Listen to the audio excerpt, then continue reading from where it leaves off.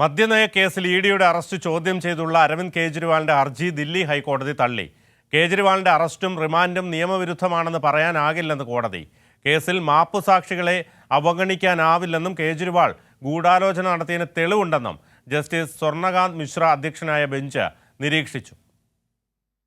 കെജ്രിവാൾ മുന്നോട്ട് വച്ച വാദങ്ങൾ പൂർണ്ണമായും തള്ളിക്കൊണ്ടായിരുന്നു ജസ്റ്റിസ് സ്വർണകാന്ത് മിശ്ര അധ്യക്ഷനായ സിംഗിൾ ബെഞ്ചിന്റെ വിധി. കെജ്രിവാളിന്റെ അറസ്റ്റും റിമാൻഡും നിയമവിരുദ്ധമാണെന്ന് പറയാനാവില്ലെന്ന് ഹൈക്കോടതി വ്യക്തമാക്കി. അറസ്റ്റിന് സാധുത നൽകുന്നതായും കോടതി ഉത്തരവിട്ടു. കെജ്രിവാൾ ഗൂഢാലോചന നടത്തിയതിന് തെളിവുണ്ടെന്നും രേഖകൾ ഇഡി ശേഖരിച്ചിട്ടുണ്ടെന്നും കോടതി ചൂണ്ടിക്കാട്ടി. മാപ്പുസാക്ഷിയുടെ മൊഴി നിയമപരമായിട്ടാണ് രേഖപ്പെടുത്തിയത്. മാപ്പുസാക്ഷികളെ അവഗണിച്ചാൽ നിയമവ്യവസ്ഥ മുന്നോട്ടു പോകില്ല.